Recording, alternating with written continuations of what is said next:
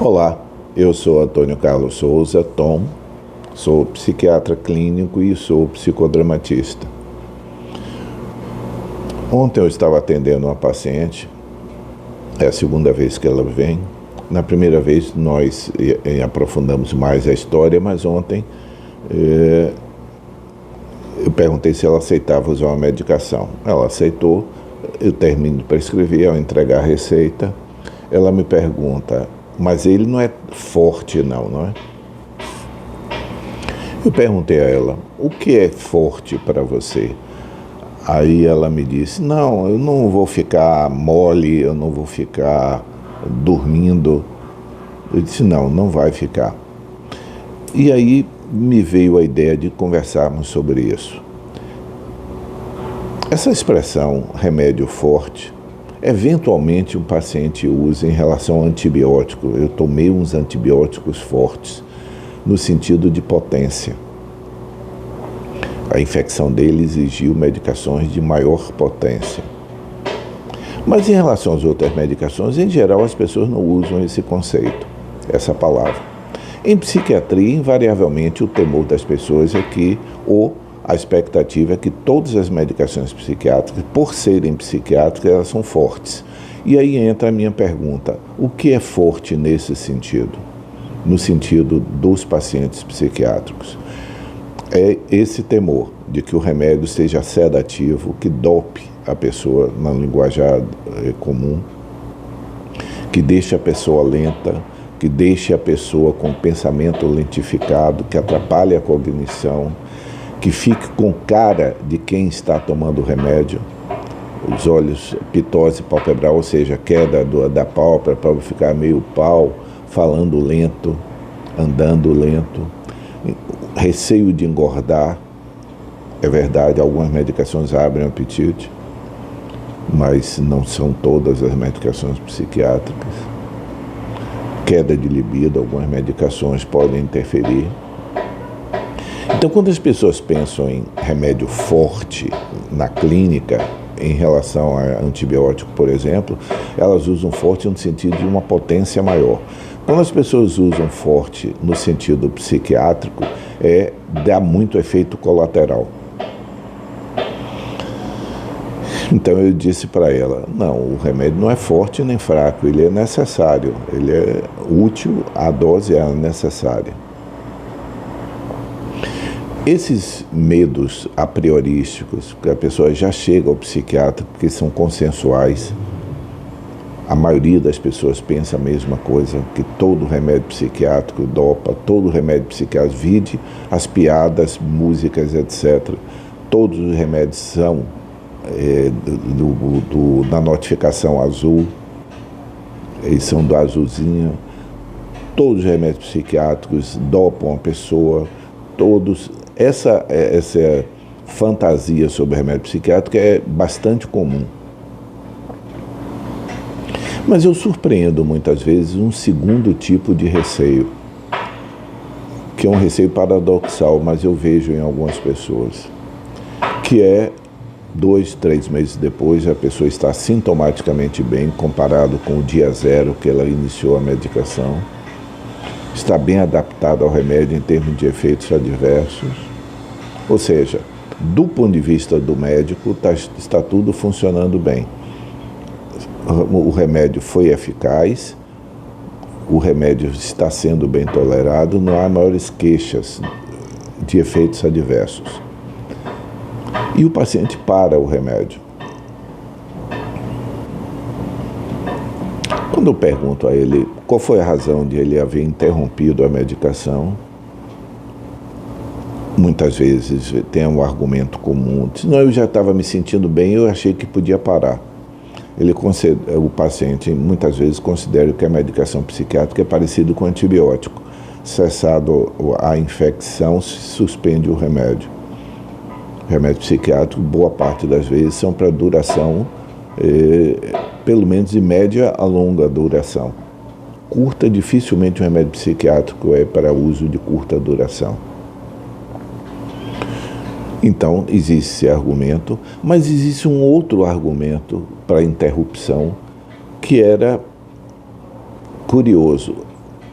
que é o argumento da pessoa perceber que o remédio é funcional e que efetivamente ela precisa do remédio. Não sei se eu estou sendo claro o que eu estou dizendo. As pessoas usam o remédio, aceitam tomar, é bem tolerado.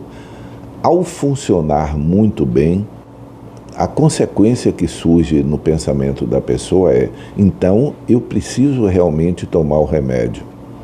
Que era aquela situação oculta, que muitas vezes é revelada nesse momento, de que havia uma certa torcida para que o remédio não funcionasse, para que a pessoa não se sentisse necessitada do remédio. Porque embutido em muitas pessoas, tomar um remédio psiquiátrico é alienar a pessoa de si mesmo, eu vou deixar de ser eu mesmo, ou o remédio vai me alterar, eu não queria perder a minha criatividade, eu não queria que o remédio eu não quero deixar de ser quem eu sou. Como se o remédio psiquiátrico fosse uma fantasia onipotente do remédio psiquiátrico, que ao alterar sintoma, que é tudo que o remédio faz, né, alterar os sintomas por meio de uma modificação química cerebral, também modificasse a pessoa perder-se, o medo de perder-se ao tomar o remédio. Seria o receio de uma normalização forçada. É verdade, a busca de a pessoa ficar zerada em termos de sintoma, o ser humano, regra geral, a vida do ser humano é um certo planalto afetivo e cognitivo, de altos e baixos. Então, muitas vezes, a pessoa teme virar uma certa planície afetivo-cognitiva, aquela linha de base reta que não tem nenhuma alteração. O planalto é uma paisagem interessante, as planícies são paisagens chatas. Então, as pessoas às vezes temem que o remédio altere a pessoa, não apenas os sintomas. O remédio não altera pessoas, a pessoa continua sendo a mesma. Quando a pessoa diz fulano de tal ficou diferente depois de tomar remédio, duas coisas podem estar acontecendo. Uma é que a pessoa conhece a outra, aquela que está tomando o remédio, durante o tempo em que ela tinha sintomatologia psiquiátrica. Ao tomar a medicação e a sintomatologia se ausentar, desaparecer, o que o circunstante percebe é uma pessoa diferente daquela que ele vem conhecendo. Talvez isso. Mas tem um outro medo, tem um outro receio, é de que a pessoa, ao tomar o remédio, a pessoa deixe de ser a personalidade que ela é. Isso o remédio não faz. O remédio não altera o jeito da pessoa. A não ser que a gente veja o jeito da pessoa num tempo curto, que é o tempo da evolução do transtorno psiquiátrico. Então, vamos imaginar uma pessoa com transtorno de pânico há 2 anos, que o conheceu dentro daquele tempo, conheceu uma pessoa que tinha ataques de pânico eventuais e desenvolveu um gradual receio de se sentir mal e foi reduzindo sua saída de casa, com receio de sentir-se mal na rua e não poder ser acudido. Então vamos imaginar que uma outra pessoa a conheça nesse período, então ela conhece essa pessoa. Ao paciente tratar-se, os ataques de pânico desapareceram e aqueles sintomas agorafóbicos, agorafobia é aquilo que eu me referi antes, que é o receio da pessoa sair, sentir-se mal ou mesmo dentro de casa e não ser acudido a tempo. E a pessoa tenha desaparecido esses sintomas, então a pessoa que ela conheceu tendo sintomas vai achar que essa é uma pessoa diferente porque está sem sintoma. Mas isso a gente está falando de uma coisa bem bem superficial. O receio real do paciente psiquiátrico é que ele se altere. Ele é da área de criação de uma agência de publicidade, é uma pessoa dinâmica, é uma pessoa ativa, e ela tem receio de que, ao ser tratado, algo mais mude, além da mudança dos sintomas, que também a essência dele, que ele construiu ao longo da vida, desapareça. Isso é uma fantasia que não é real. O remédio não tem esse poder de alteração, né, da essência do núcleo da pessoa, da personalidade básica da pessoa, não é alterada via remédio. Então, existem os medos habituais, que são os medos do remédio forte, forte no sentido de ter muito efeito adverso, principalmente para o lado da sedação, do chamado doping, da lentificação da cara de quem está tomando remédio. E existe o receio de que, ao medicar-se do sintoma, eu perca algo de mim. Por exemplo, dá um exemplo bem... como eu gosto muito de poesia, e ontem eu estava brincando numa supervisão, dizendo que, regra geral, a melancolia, a tristeza, os sentimentos mais para baixo, vamos dizer assim, eles são mais rentáveis para a poesia. É difícil fazer uma poesia, não é muito comum poesias alegres, não são muito comuns. Então nós estávamos conversando sobre isso.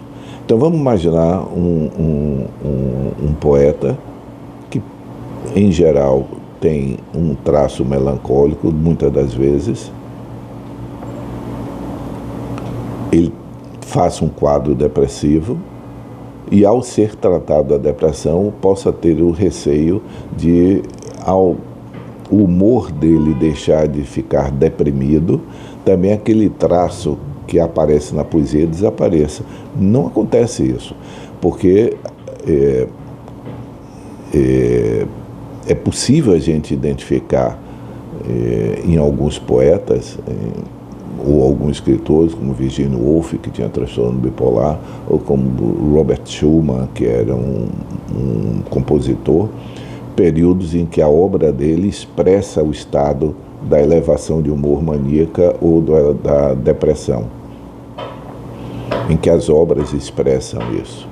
Mas a criatividade não é fruto da doença. Ela pode ser o filtro pela qual a criatividade passa.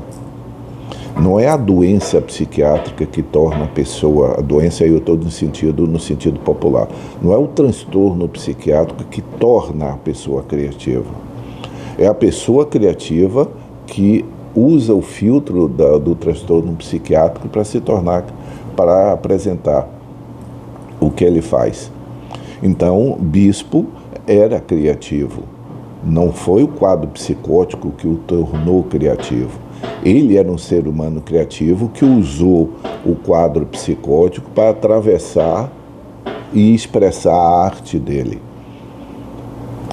Ontem, na supervisão, nós estávamos lidando com uma situação similar, de uma pessoa que, por meio de uma expressão artística, ela transparece o problema dela. Mas não é o problema dela que gera a criatividade. A criatividade é da pessoa. Apenas o filtro é o estado de espírito.